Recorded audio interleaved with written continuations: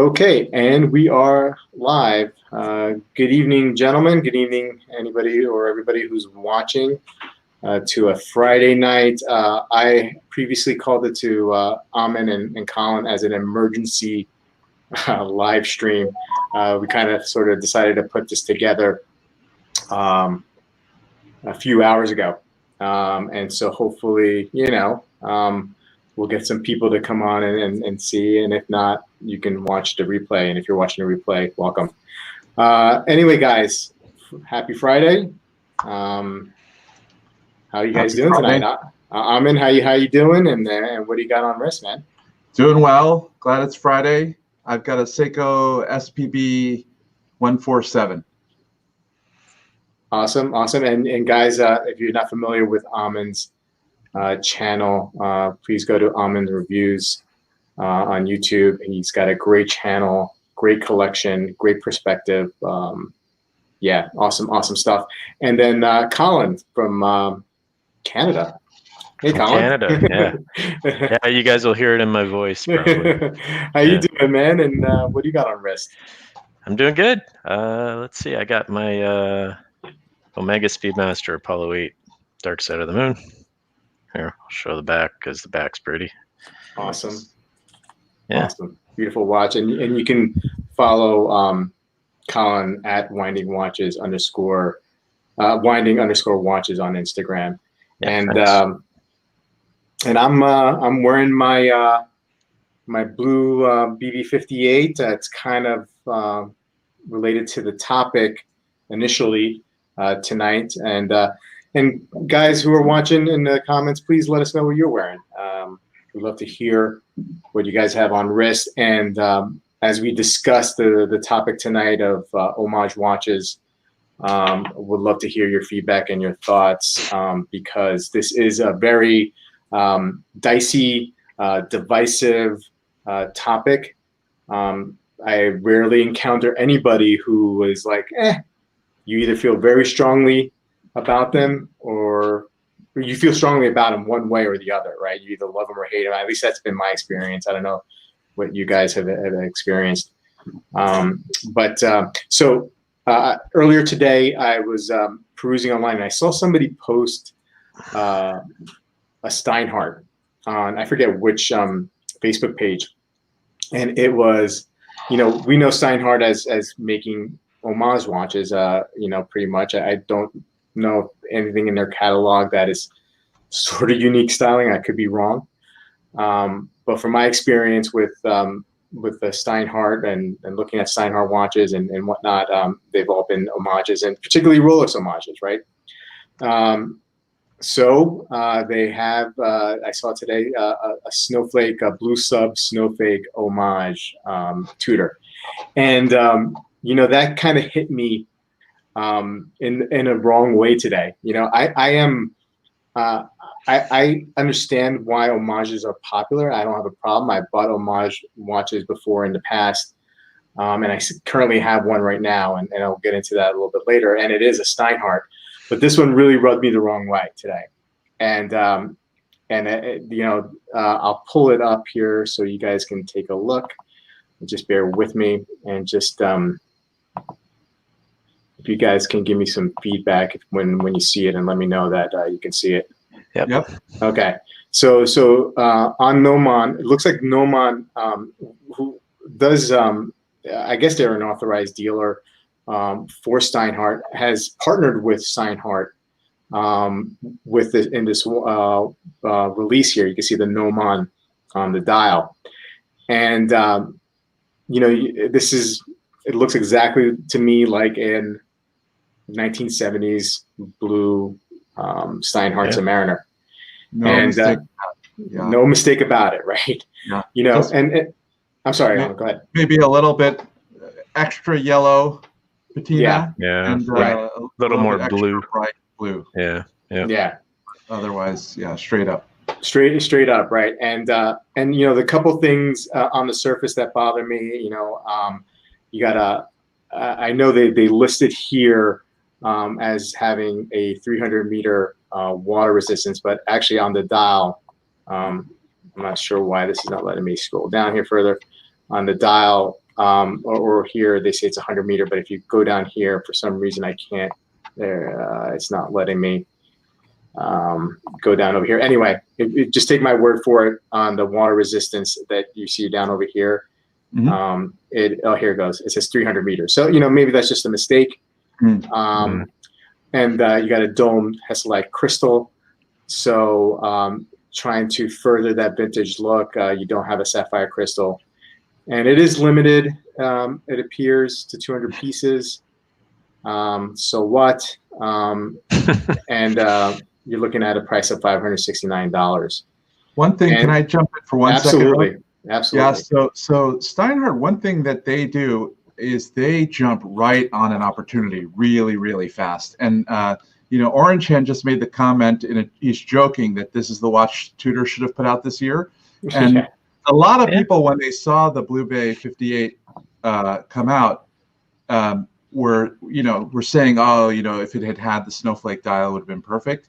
And that's the kind of thing I've noticed, like when Rolex put out the Pepsi on a Jubilee, before they were even in stores, Steinhardt had a Pepsi on a Jubilee rocket, so it's, I think they paid attention to that reaction to the Tudor, and they just were like, whatever, we could throw 200 of these out there immediately.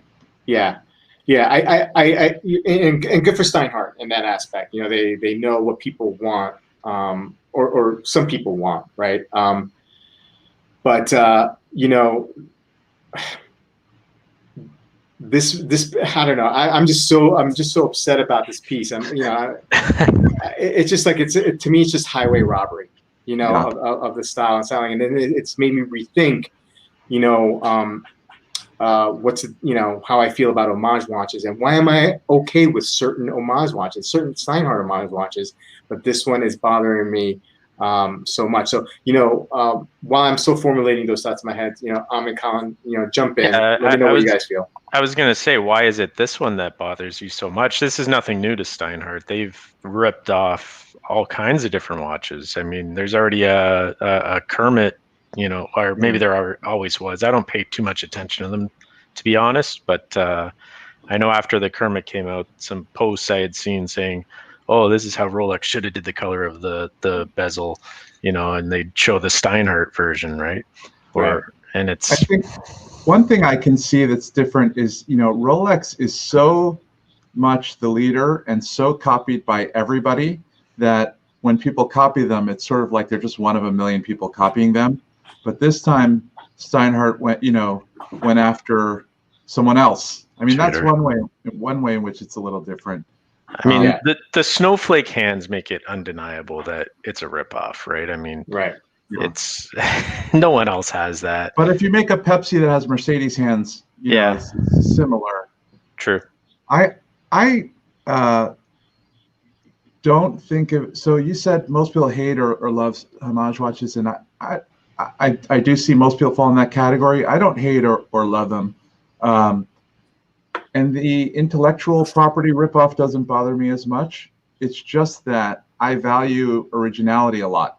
You know what I mean? Mm-hmm. So it's not. I don't get mad at. So first of all, this is only for me personally in terms of what I enjoy or don't enjoy. It's not like me thinking anybody should or shouldn't wear homage watches. But when I'm looking at a watch, one of the most important things to me is original design, right?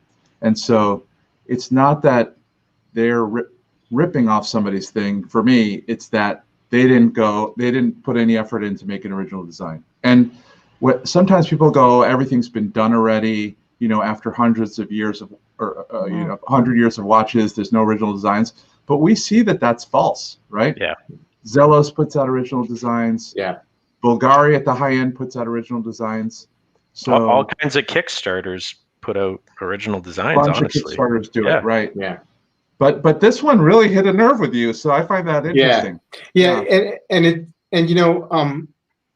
So I get the appeal of homage watches. I really, really do. So what is an homage watch? An homage watch is copying or paying tribute to an iconic watch, usually, right? And these iconic watches are iconic for a reason, because part of it is that they have a classic design that appeals to a lot of people. Now, these iconic watches are usually higher end watches, pricier watches, and maybe not everybody has access to them either financially or they just don't want to wait on the line to get them. So brands come in and they do homages, and they, some do them better than others. I would have to say that brands like Steinhardt and Squale probably, to me, in my opinion, are probably one of the best at doing these homage watches. And they put quality stuff in there most of the time, quality movements. The finishing is pretty good. The price point is usually pretty good. And so I get that appeal that you want to maybe, have that look. You either can't afford it or you don't want to spend the money. Maybe you do have the money and you don't want to spend the money, or maybe you don't have the money and you can't spend the money. And maybe money is not a right way to look at this. It's just that, maybe people don't feel comfortable wearing a $10,000 piece around their arm, and they'd rather just wear a $500 piece or a $300 piece. And I totally get that. But this one just hit me the wrong way. And like I said, I'm still trying to formulate why it is. But it's just, maybe I've reached a point now, and maybe I'm involved. Maybe I'm too invested in Tudor right now with my two Black Bay 58s. Yeah, part of it. That's part of it. That may be part of it.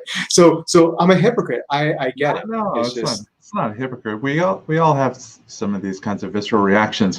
What's the Steinhardt that you have right now that you're? So I'll pull it up. I actually, it's a funny story. I actually had sold it en route to the new owner. A screw in the back of the movement just broke off. Damn. Just broke off. And so the new owner didn't want the watch anymore, and it wasn't his fault. So I took it back, and now I sent it, and I got it from Nomon. And this is not an attack on Nomon. I bought several watches from them. You get them quick. You get them from Singapore a lot quicker than sometimes when you buy something in the States. So this is and let me know if once you can see my screen. So this is the one I have, the regulator, and this is an homage to. I can see your screen, but I can't really see the watches. It's not showing the regulator. Oh, okay. How about now? No. Nope. You can see the top of the Nomon screen. Yeah. Okay, so let me just. So I'm back here. Sorry, let me try that. I'm still. And you're more. You get this a lot better than I do. No worries. If you want to let me share my screen, I can throw it out real quick. How about now? There you go. Yep. Yeah. Yeah. Regulator white. Yeah. So this is obviously an homage to the Chrono Swiss. Yeah. But I was really super interested in this kind of in a regulator, and it's a 6498. It's fairly well decorated for the price point, and I love the 6498, and so I bought it, and I sold it, and I have it back again, and now it's back with Nomon in Singapore to hopefully get fixed, and it should be under warranty. So this is the first Steinhardt I ever owned. I've owned a couple of Squales that have been tributes to the Rolex 5517, to a GMT or Rolex GMT. So I'm not immune to having homage watches. I mean, even my Black Bay 58s, are tip the cap to something that's was built before then. You know what I mean? Mm-hmm. So this is the one I have right now. This Steinhardt, and it's a pretty cool watch. But I'm a flipper now. And this is what I do. So even though I like it, there's always something. The grass is always greener. So cool watch though. Yeah. You got Ricky saying that he. I feel you, Bobby, and he's mad that Tudor hasn't done this. Yeah, super chat. Yeah. Whoa, this is so Ricky, you are. I didn't even know I had. Okay, awesome, Ricky. Thank you so much. I just cost 1,000. I just cost 1,000 subs, and I got a super. This is awesome, man. Thank you so much, Ricky. Wow, this is. Yeah. It's a milestone. It's a milestone, man. popped his cherry, Ricky. Yeah, he did. Yeah. I think that your Steinhardt regulator, even though you see it, it's a Chrono Swiss homage. Most people, even watch geeks, aren't going to look at that and know that that's a Chrono Swiss regulator homage. Mm-hmm. I think you're right. I've looked at Chrono Swiss regulators a lot and Chrono Swiss watches a lot, and I still, it's not the first thing that popped into my mind when I saw your watch. You had to jog my memory. Yeah. Whereas that Tudor Snowflake, I think most people who hang out in a Facebook watch group right now, they see that watch and they're like, oh man, they did the Tudor, you know? Yeah. Yeah. Orange Hand is saying, isn't a vintage reissue just a homage watch? Omega 57 trilogy or homages that happen to be put out by the owners of the brand. That's a whole kind of another. I think it's different. They own the design. They get the credit for the design in the first place. If they want to reissue it, I think it's okay. That's my opinion on that, at least. I agree with you, but sometimes it looks a little bit funny. Like just today, we saw an announcement of this Omega Seamaster reissue. I don't know if you guys I didn't see it. Saw that. There's a new limited run or limited edition Omega Seamaster reissue. Wow, a limited Omega? Wow. Well, yeah. Right. Let me see if I can even pull it up. But basically, it doesn't look like anything they've done recently. Whereas the 57 ones all do look like other watches they've done recently, even though they maybe didn't do them for a long time. Right. And when I first saw this new one today, it looked like a redial to me, just the way that it. Honestly, Bobby, the regulator you showed, I thought it was like a lot of watch companies have done that. I thought it reminded me of the Glasuta chronometer. Yeah. I mean, it's a classic look. Yeah. Before you take the screen, Jeffrey says, I have it. I'm wearing it now. Love the dial layout. Are you talking about, do you also have a Steinhardt regulator? I barely knew that. I think I think he must be talking about that. Yeah. I can't even find it. Never mind. So for myself, I mean, these homage watches, they don't rub me the wrong way. I really don't pay much attention to them, to be honest. They're so far out of my mind. It's not something I consider. To me, they're not a whole lot better, and I might ruffle some feathers here, but they're not a whole lot better than the fakes out there. They even just because they put their own name on the dial. I mean, you're kind of just stealing designs from better known watch companies. And I understand. I don't fault anyone if they want them. If they want an homage because either pricing or because they just don't want to spend that much, that's fine. Do what you want. But for me, it doesn't even really hit my radar, to be honest. I would rather, in that price point, I'd rather buy something that, like Amin said, it's their design.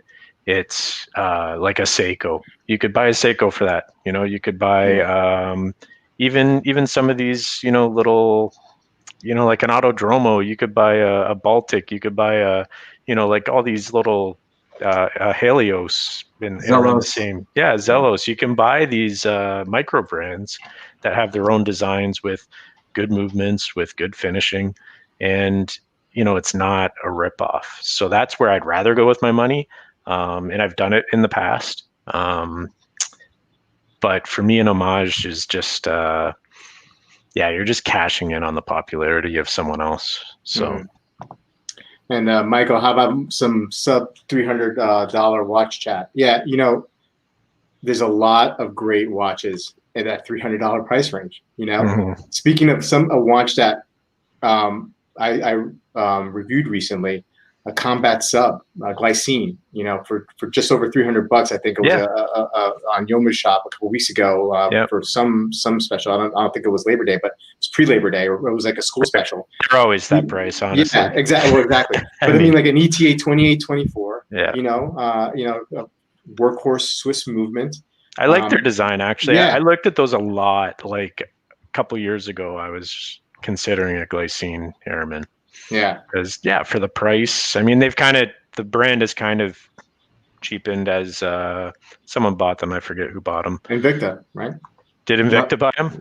Yeah. I remember You know, they had a lot more cachet before, but they're still letting them do their thing, I think, right? Yeah. Yeah, I think they are. They haven't been invicticized. You know, that's a invicticized. Yeah. So when you bring up the airmen, I think that gets into an interesting topic, which is when companies homage one element of a watch, right? Like we see watches, like with the Steinhardt, they made a watch that wasn't a homage watch, but they took the Batman bezel, right? And then they made the rest of the watch kind of unique. And with the Airman, the modern Rolex Explorer 2 bezel is like a duplicate of the Airman 24-hour bezel, right? But because Rolex has been using it for so long, and because they are Rolex, we don't consider that a homage element, you know? So I think sometimes it's just how long somebody does it for and how successful they are, they get a pass on copying something. I think there's a lot of truth to that. ID Guy has a good video about how the Speedy Pro is a homage of another watch, but it's just been so famous, so iconic, so adopted for so many years that other watch has faded into obscurity, and nobody gives a shit that the Speedy took its design. Yeah, they did it better, I guess. Yeah.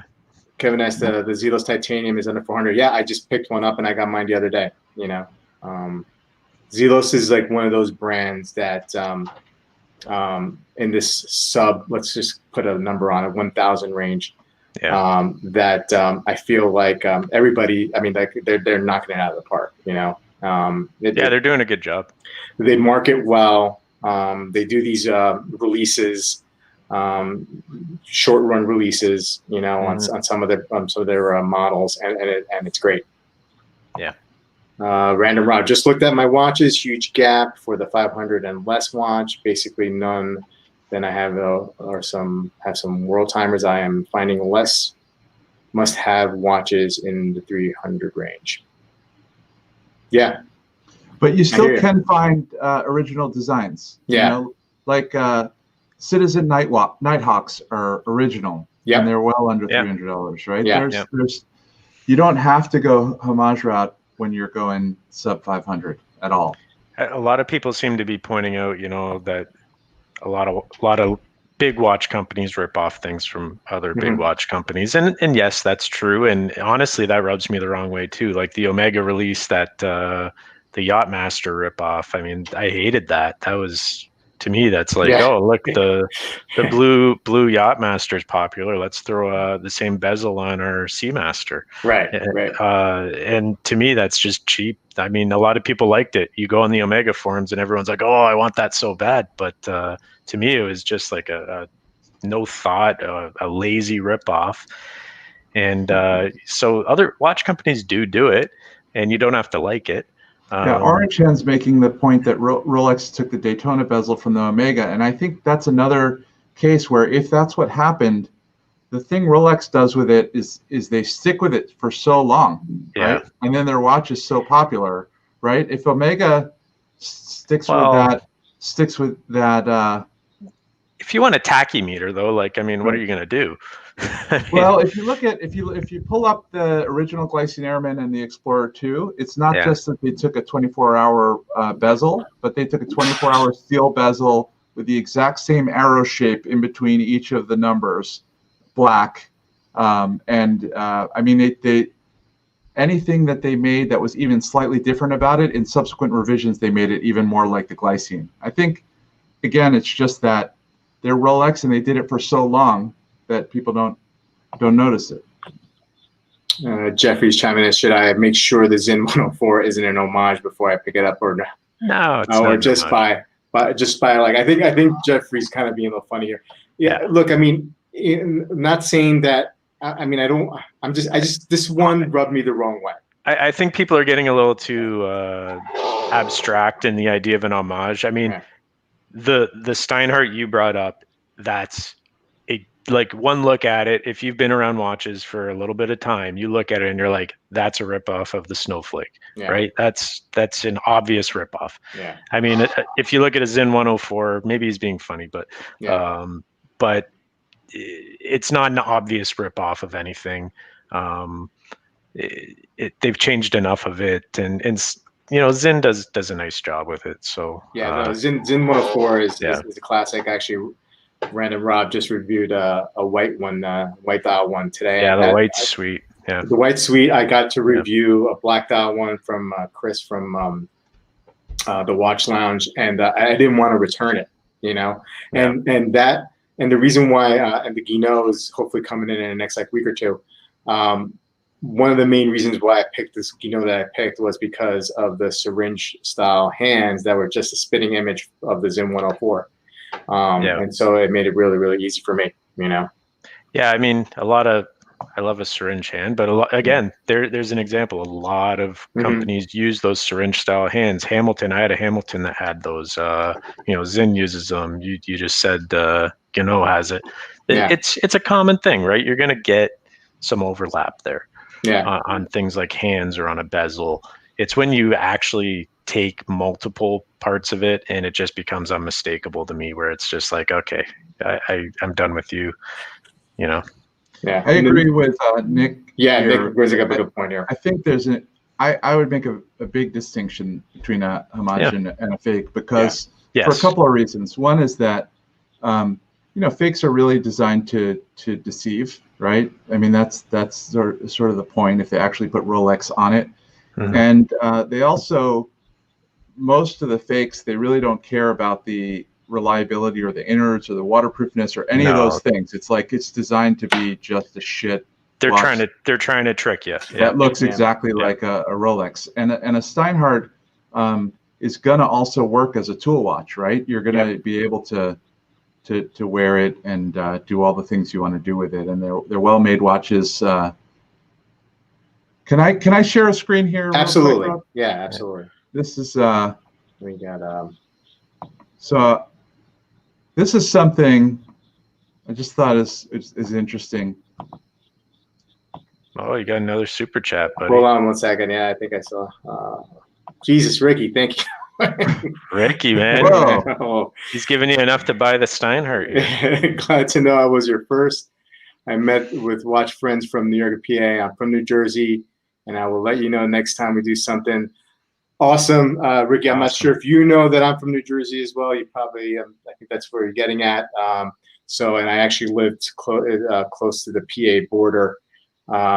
Thanks again, Ricky. That's awesome. Yeah, let me know. My email address is in the description, and I would love to meet up with some watch friends in the area, man. Awesome. Thank you so much, Ricky. And he's wearing an IWC Spitfire, which I just tried on yesterday. Oh, wow. So, yeah, pretty nice. Very cool. Go ahead, Amin. Oh, am I sharing? We don't see it yet. Not yet. No. Oh. I think you have to click on it. Share screen? Okay. No, I did share screen, so you have to approve it. Oh, I see. Okay, there you go. All right. There we go. So I just have a question to the group about this, to the chat, right? So this is I would say it's an original design from Boulder. I know that this was reviewed by several people in the Random Rob group who liked it. I've reviewed it. When I see it, I see an eye-pleasing watch, but the first thing, I mean, they definitely took the Luminor submersible bezel, the Luminor submersible dial, the Rolex deep sea helium escape valve, maybe some Marine Master-ish hands here. Maybe it's like it's a homage mashup. And there are a lot of watches like this. A lot of micro brands kind of go this route. So it's a step removed from just taking a style, right? Maybe a kind of samurai-ish case, or maybe not. But just want to put that out there as a topic, because. All right, I'll go first. I don't like it.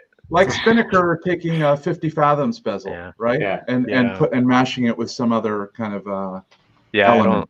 I don't like that at all. It's too much of a ripoff of multiple things, and it just looks like yeah, it looks like a mashup, and they're just stealing. It's not an homage, it's like a multi-homage here.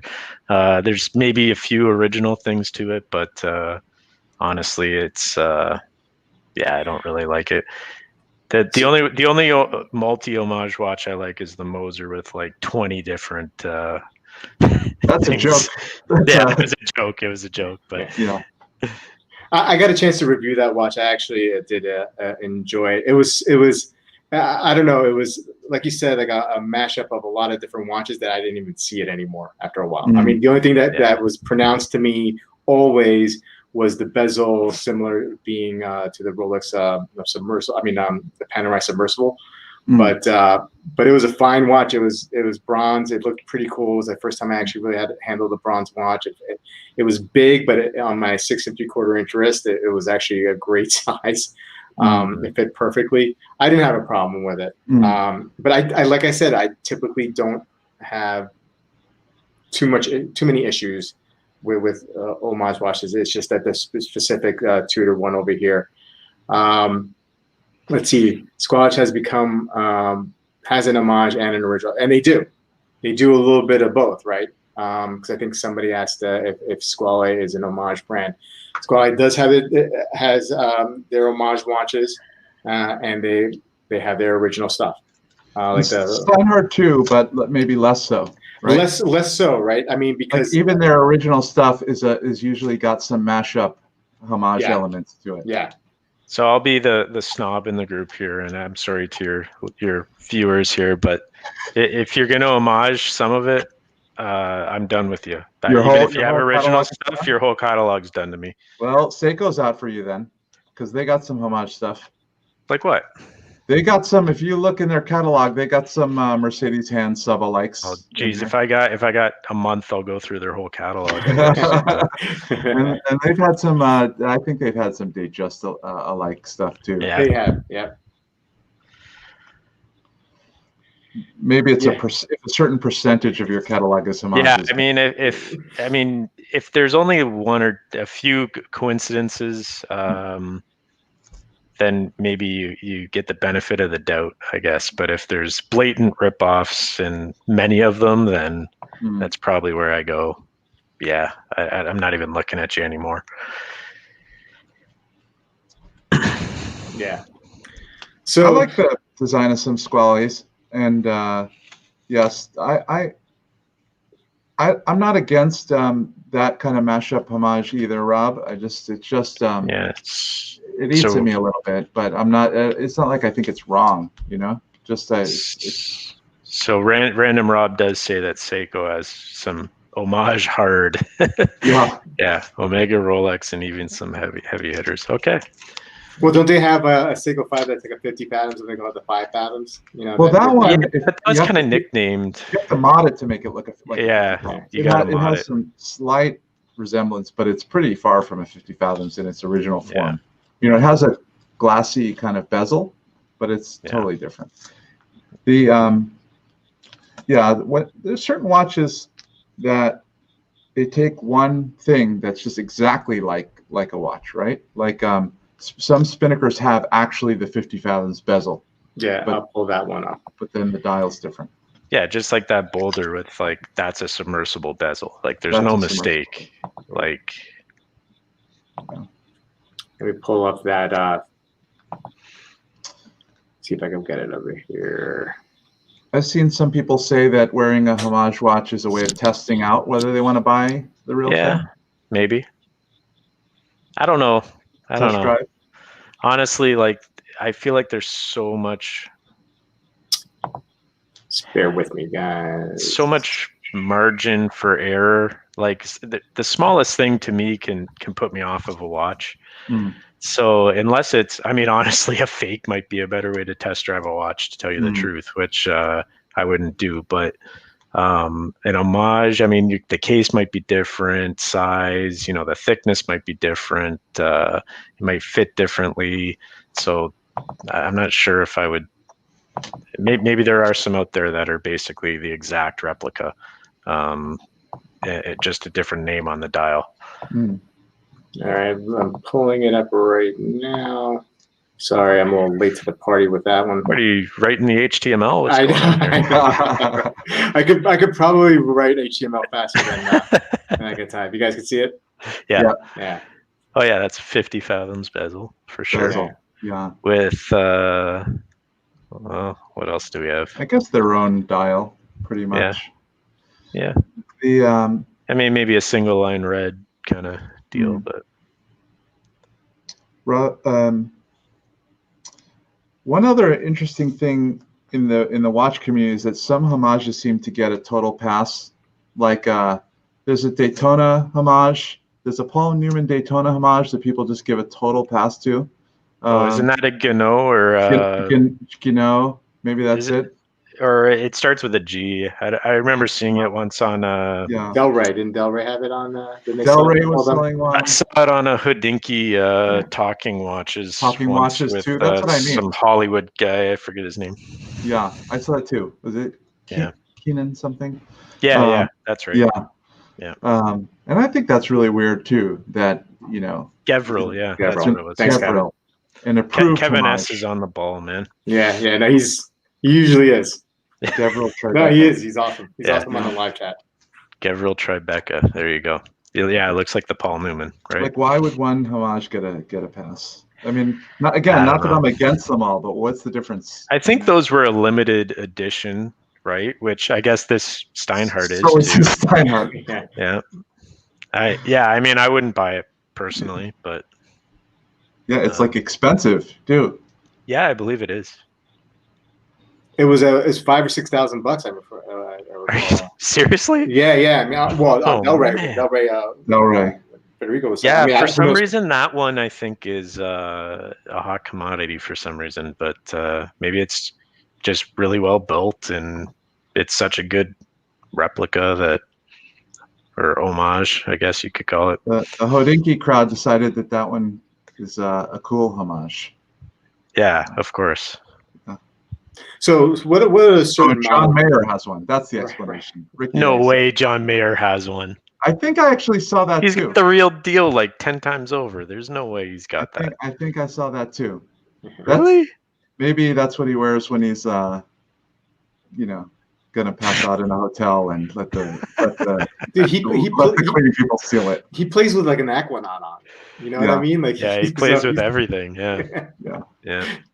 Yeah, they shouldn't get a pass. It's it's the same thing. It's the Hodinkee factor, as Kevin S says. Yeah. Get some sweet insurance now for,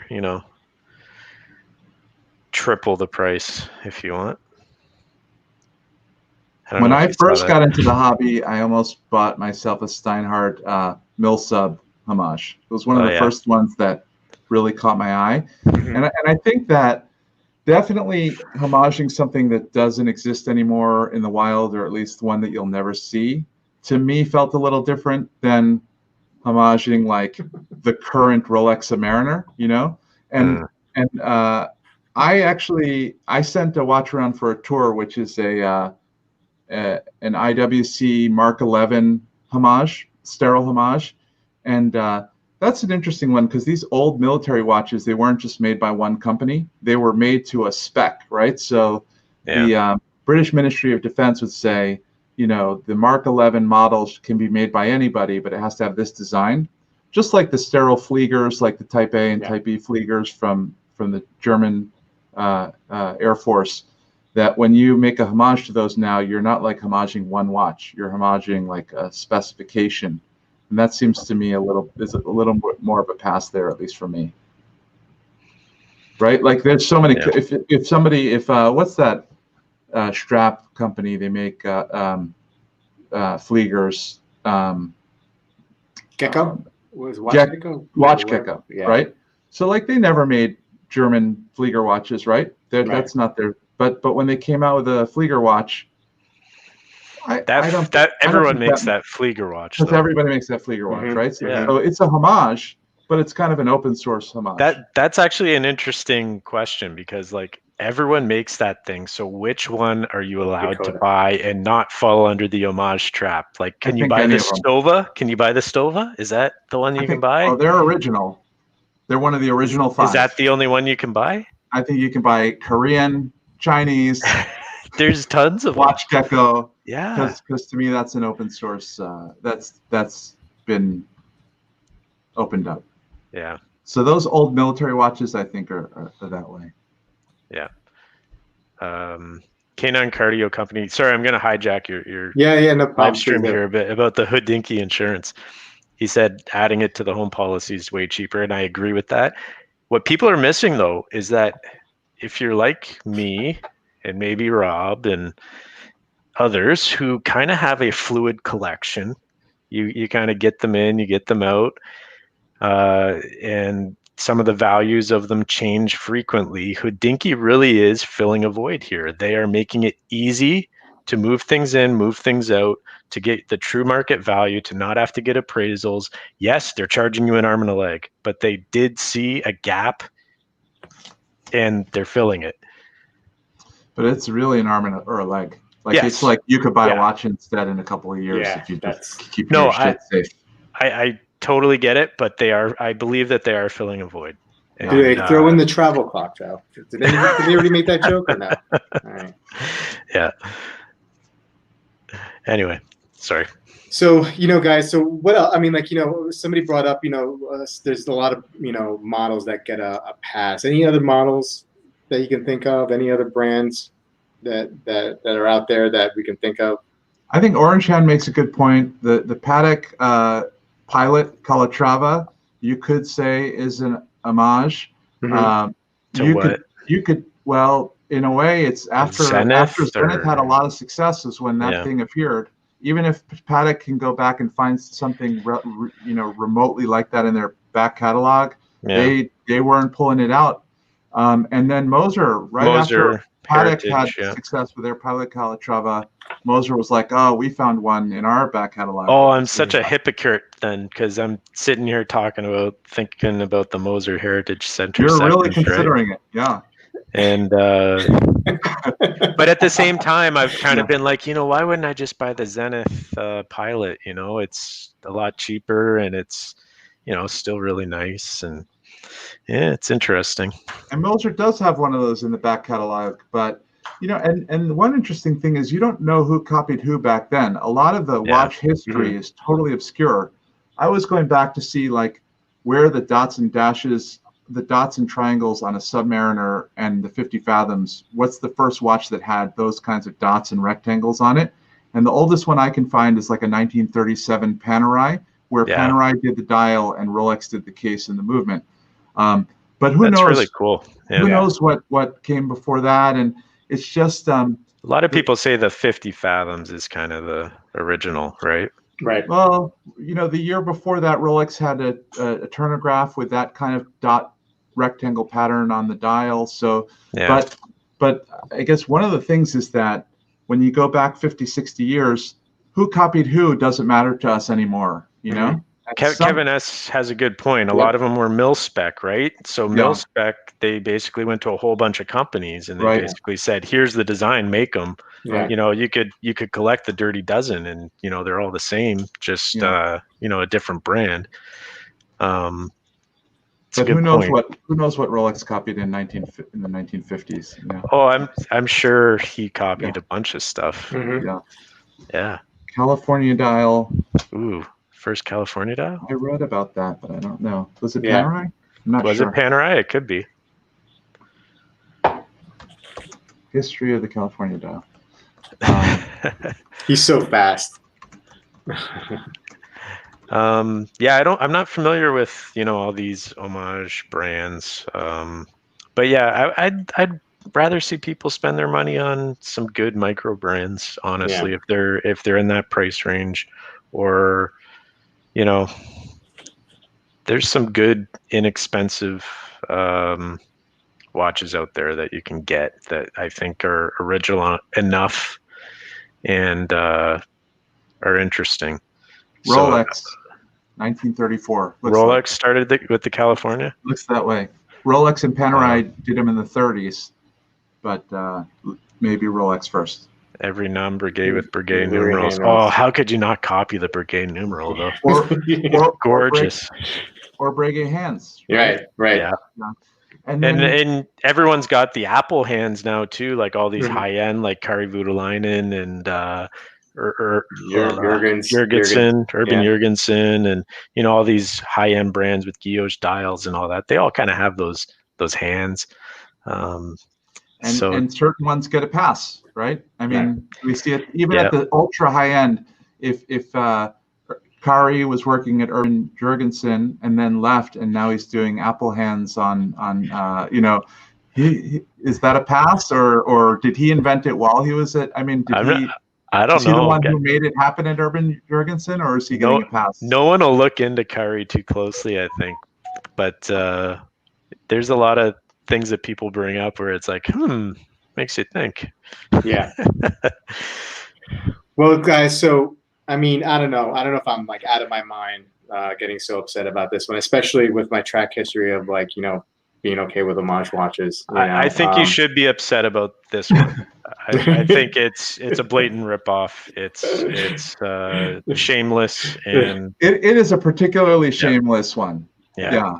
And and the fact that you just invested in a couple Tudor watches, it makes sense that you see a very shameless ripoff of the brand that you just financially and emotionally invested in. Remember how upset I was when they came out with the Alinghi, right? Which same company, and they ripped off the Apollo 8, and I was like, those bastards! They ruined such a good watch. And I'd be upset too, especially if I was heavily invested in Tudor. Yeah. Emotionally invested. Yeah. Well, guys, we've been going for 45 minutes. I think this is a good way to end. We had a good discussion with everybody on the chat, and Amin and Colin. Thank you so much for jumping in and maybe helping me walk off or not walk off a ledge in a fit of rage. So the support is appreciated, as well as everybody. And Ricky, thank you so much. What a pleasant rage! You were just no, you should have seen me before. Oh yeah, you should have seen me before. In the bar. The first person I texted was my buddy Ryan, and I'm like, "Could you?" And then he fed in a little bit to the anger with me. He was pissed off. Yeah. Well, I mean, he's just like, "No way!" When And by the way, Spinnaker had some blue snowflake homages before this too. Well, yeah, and there's NTH pretty straight. And NTH, does a couple of homage style watches with the snowflake hands too. So it's not uncommon to do it. But like I said, and like you guys, this is the most blatant to me, and shameless. That's actually, I think, the right way to say it. Well, guys, thanks for joining me on a Friday night. Anytime, man. And everybody who stopped in and watched, and thanks for the super chats, Ricky. That was awesome. And I'll be back next Friday with a live stream State of the Collection with a fellow enthusiast, Craig, who's here on the chat today. And looking forward to that. looking forward to exploring his collection and how he got into collecting. And I'll end the broadcast. Good night, guys, and I'll see you guys soon. Thanks.